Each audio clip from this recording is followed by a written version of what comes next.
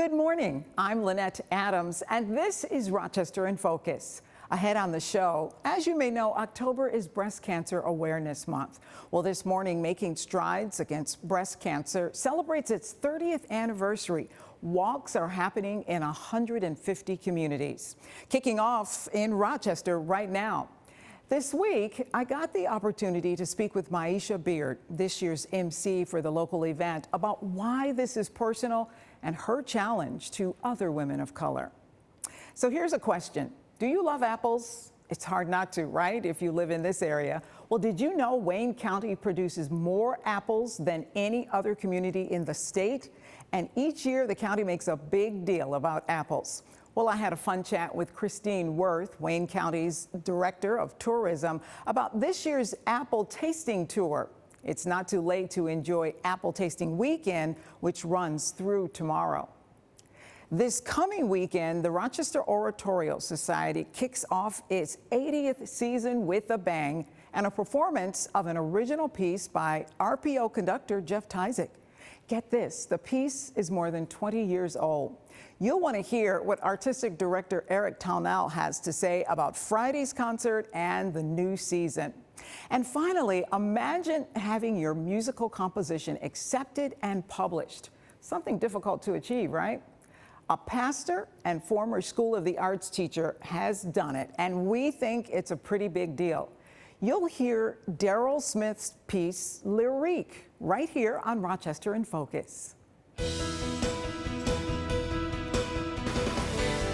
Today, we are learning about the Maisha experience. Maisha Beard is the woman behind this experience, and she's joining us.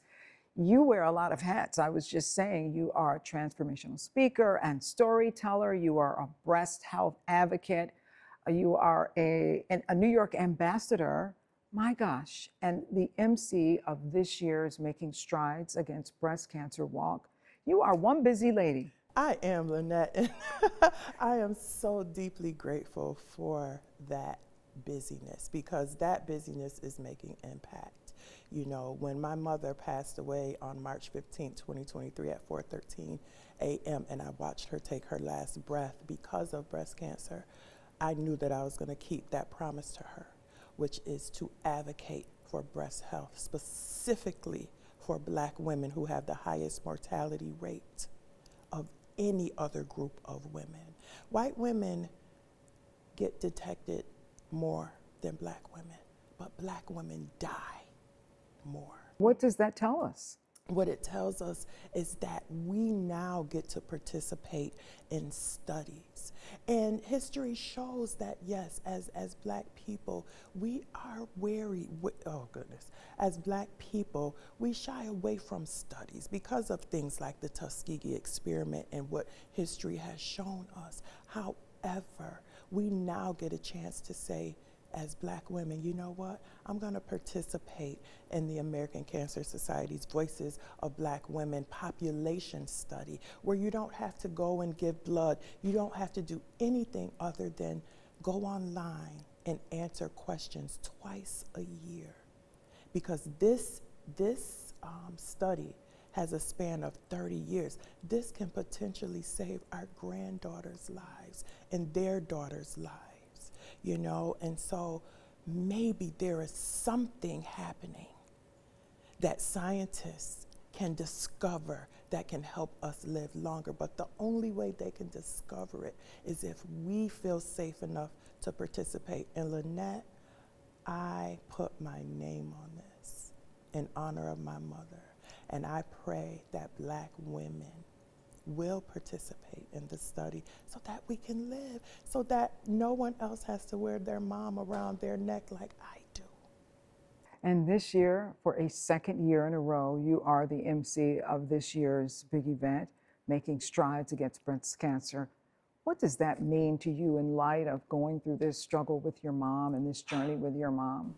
You want to know what that means, Lynette? That means that today, I get to hold the microphone and amplify my voice and lift up all of our angels, like my mother, that breast cancer took from us, to motivate and inspire those who are actively, I'll say it again, actively in treatment, and I won't say fighting for their lives because I don't want to evoke that type of violence on our bodies, but those who are navigating through their healing journey, that feels better for me, right? And then those of us, like my sister and I, who are caretakers for those who are experiencing breast cancer, and most of all, our survivors, you know, and I know that my mother is smiling down on me, you know. If I could just use my voice to make impact, that's what I'm gonna do. That's what God gave me. What is the key message that you want to leave with women, particularly women of color? I know you talked earlier about the statistics and the numbers, but what are we doing about our breast health? This is what I want everyone to know. Get to know your body. If something doesn't feel right, call your doctor. Be your biggest advocate. You have a say-so in your health. If a doctor says something to you that doesn't really sound like you understand it, ask for more clarity. It's okay. And also talk to your families. Talk to auntie, talk to grandma, talk to great auntie. See what the journey was for them with their health as, you know, overall individuals, to see what that could look like for you potentially with regards to genetics. I would invite people to exercise. Oftentimes, we pick up things in the stores. Oh, this looks great. Oh, this looks great. Read the ingredients. We get to see if things are carcinogenic. Yeah, we may not be able to eliminate everything, right? But maybe one thing. You can say, you know what? That's a carcinogenic. I'm not going to use that. I'm going to make a different choice. And we'll be right back.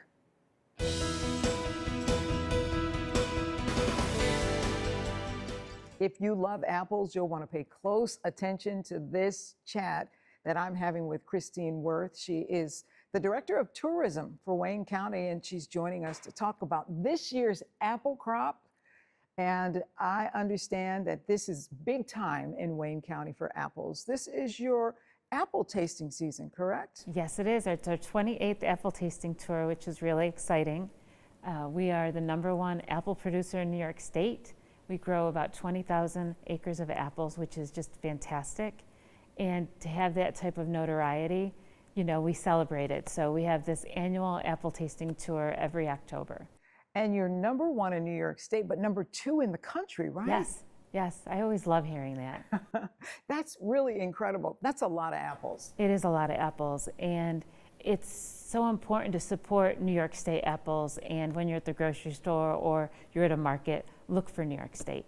So what does this apple tasting weekend mean? What is it all about?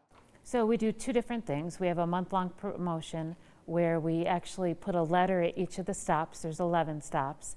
And then you collect the letters and you solve the word jumble. So you have the entire month to do that. But this weekend that we're in right now, Columbus Day weekend, this is our tasting weekend. So all the markets do a little extra something special and offer tastings of different foods, different apples, so that you can get familiar with them.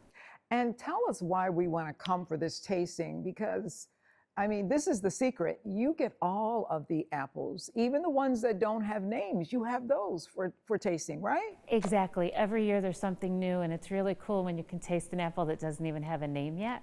Last year I had a few of those. This year I already saw one out. But it's so important just to get out in the orchards and pick the apples yourselves. The last couple weekends I've been out there watching people, and it's just so much fun. This past weekend I even had my dad out that was, he's 89 years old, and I had him out on the wagon picking apples, and he loved it. And there's something special about getting fresh apples, right? There is. You're getting them right off the tree. When you can take that first bite, it's fantastic. And farmers really rely on people buying local. That's a big deal. It is. When you go into our businesses, chances are the owners are right there in the shops with you. It's supporting that local business, and that's so important in this day and age. talk about our apple crops this year. How did we fare? How are we faring, I should say, especially with the drought this year? In farming in general, the drought has been a concern. I don't have the specifics on it, but every year there's something. So it could be a frost, it could be a drought. So we're glad to be out there. We're glad to see the apples on the trees, and it's just a beautiful sight. And apples are still good. Oh, excellent. And they will not only get to taste some of the fresh apples, but some of the products that come from the apples, right? Exactly. So there's a lot of apple products out there, apple fudge. We have wineries that have apple wine. We have a distillery. We have cideries. So it's a little bit of everything. But there's nothing like getting in there and getting the baked goods and having a cider donut and trying the apple pies. And honestly, to take the apples, go home and try something yourself. It sounds good. You know, it's funny because people probably don't realize how much farming is a part of New York State, but it's our #1 industry in this state. It is. And when you drive through and you see orchard after orchard, it really puts it in perspective from the apple blossom season to apple picking season. So if people are interested in coming out and trying the apples, tasting the apples, any advice? I say we have a lot of the signage that'll be right at the markets that'll tell you if it's a juicy apple, if it's good for baking, if it's good for eating. Some apples brown quicker than other apples, so you'll learn that, and there are experts in the markets that can help you too. Do you have any favorites? I have a different apple every year, I think, and I was in a market last week, and the person actually talked me into a different apple, but one of my favorites is Autumn Crisp. Ooh, I haven't tried that one. I think I like Gala's. Thank you so much. It was so wonderful to have you. And I love to talk about apples because I love apples. So you have to go to Wayne County if you want to taste some of the new ones. And we'll be right back. It's the beginning of the Rochester Oratorio Society's new season, the 80th season, and there are a lot of exciting things happening. And the artistic director, Eric Townell, is joining me to talk about all the exciting things coming up this season. Yes, indeed. Thank you for having me. And you have reason to be excited, starting with what's happening on Friday night. Yes, there's a premiere of a mass called Mass in Blue. It's a jazz-inspired mass for 100 voices, musicians from the RPO, brass, percussion, jazz combo. It's like people have never heard here. And there's a lot of history, right, to this piece that you're doing. Yes, well, we're doing a piece by Jeff Tyzik, and many people know him from the RPO and his pops arrangements and things, but he wrote for the Oratorio Society 20 years ago, Psalm 150, a piece just for us. That was a lot of vision, a lot of courage from our group to get that piece from Jeff when he was starting out really as a composer. And now he's updated it for us, and we're going to do the premiere of the updated version for our 80th. So it's 20 years of history with this incredible piece, and it's very exciting music. And that's at the Hochstein School. Hochstein School, yep, 7:30 on Friday. Mm-hmm. Boy, oh boy. But there's a lot of exciting things happening this year. But I want to talk a little bit about the Oratorio Society, because I don't think a lot of people understand what exactly is Rochester Oratorio Society. Yeah, it's 80 years of investment in artistic service to the community for everybody, not just the people who sing, but the people who learn from music, who learn from language, who learn from being in an audience with people of other kinds, who enjoy entertainment that uplifts and celebrates and reinforces the best, most positive qualities in our community. And that's what Oratorio Society is all about. And that was on purpose, right? You rebranded to open this up to more audiences, right? We realized that we have to reflect the community where we work and the region where we work. We have to understand who our community is and serve them with music they want to hear and that will benefit them and add a positive quality to their life. So we added urban education for urban youth through rock music in the Hochstein School. We added a touring choir that sings for civic events. It's a small touring choir that serves more people in the community. We added an international vocal competition that fosters the careers of rising artists of international stature, and that's the truth. That road passes through Rochester now, and we've maintained the symphonic choir but broadened our repertoire to more accurately reflect the audience and the community we serve. So that's the Oratorio Society. Really, it's 5 pillars of service, artistic service to the community. How have you stayed around for 80 years?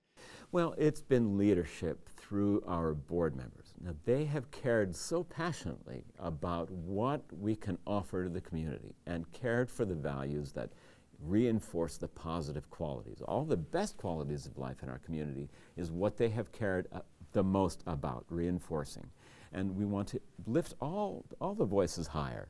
And singing is one thing that can inspire anybody at an entry level, or if you know really a lot about oratorio, but it's everybody in between. You don't need a lot of specialized information to come and enjoy what we're doing. A jazz mass, that's for everybody.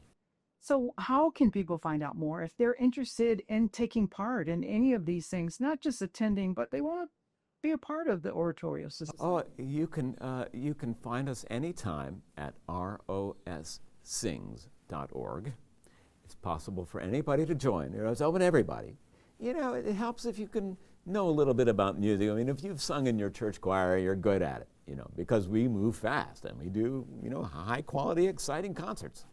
And we move pretty fast.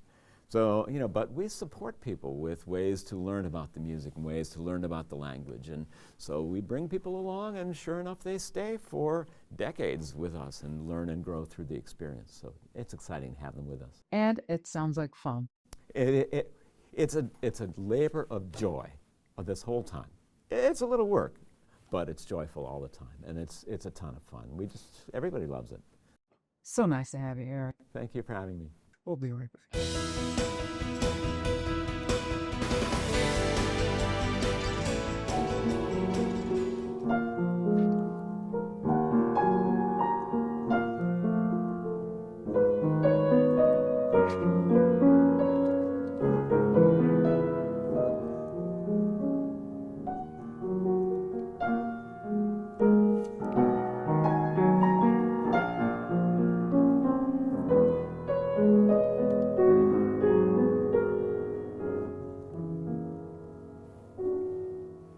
And you've been listening to Lyrique. This is a new piano piece and the first published piece by Daryl Smith.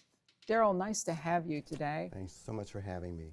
Daryl, I know that you were telling me earlier that you wear many hats. You are a pastor. You've also been a teacher at the School of the Arts. But this is your first published piece. What is that like for you? It was a long time coming. And I tell people all the time, if you have a dream in your heart, just keep chipping away, just like Ben Franklin did. 1,000 experiments, and he finally came up with a light bulb. So just keep chipping away, and eventually, it'll happen. Where did this piece come from? Well, one day when I was in the piano room at the School of the Arts, I normally got to school pretty early. I went into the back room. We had a back room with 3 pianos in it. I went back there, and I sat down, and I just started playing it. I didn't have to scratch for it. Sometimes composers will sit down and just improvise until they hit something. Well, with this piece, I just started playing it. And I said, this is a keeper. So I got some music writing paper and a pencil and started to write it out. This is your first published piece, but you've put other musical pieces together before? Yes, I've composed a number of pieces, and as a matter of fact, I did write a choral piece that the choirs at School of the Arts sang, and I actually submitted that choir piece to the publisher, and it was rejected. And they said, don't be too disappointed, just keep submitting. So a lot of times we see people who are successful, and we forget that many, many times you pay a price to get to that success. So this is called Lyrique. Where'd you come up with the name? I love the French language. I was a foreign language major my first year in college. I studied Spanish, French, and Italian. And I've always loved the sound of French. I think it's so beautiful. Sometimes English doesn't do justice to some of the words that you want to use. There's a lot of African countries that speak French. And so the piece is lyrical. but I didn't want to call it lyric. Just the English wasn't doing anything for me. So I said, let's put this in the French. So it's now lyrique. Tell us what comes over you as you're playing this piece. So as you were coming up with this piece, what was in your mind? What were you thinking about? I was thinking about some of my past life experiences, some of my happier moments, and some of my moments when I hit rock bottom. And music is such a wonderful art because it's always there, and you can always avail yourself to it to express yourself. And people love music. People love music because it's kind of an escape. People turn the radio on, they'll turn the TV on to listen to music after a long, hard day at work, just to relax, just to collect their thoughts, and just to start feeling better about themselves and even their day. So once this is officially published, people will be able to go into music stores and get the sheet music, right? This piece will be part of a collection with 9 other composers. So there's 10 composers in the book. The book is from Alfred Music Publishers, and it's called Solo Celebration, and there's 6 volumes. This piece will appear in volume 6, which is the lower advanced skill level. It'll be available around the middle of November, and it'll be available on alfred.com. So that's how people will be able to access the book. This is a beautiful piece. Thank you very much. Congratulations. Thank you. And we'll be right back.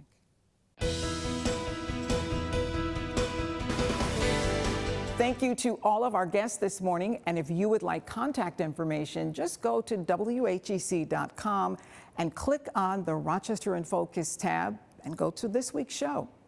And if you would like to join us as a guest, here's how to reach the show. Well, that's all the time we have. If you're wondering what your neighbors and friends are doing to make Rochester a great place to live, join us each Sunday morning for Rochester in Focus right here on News 10 NBC. Have a great week.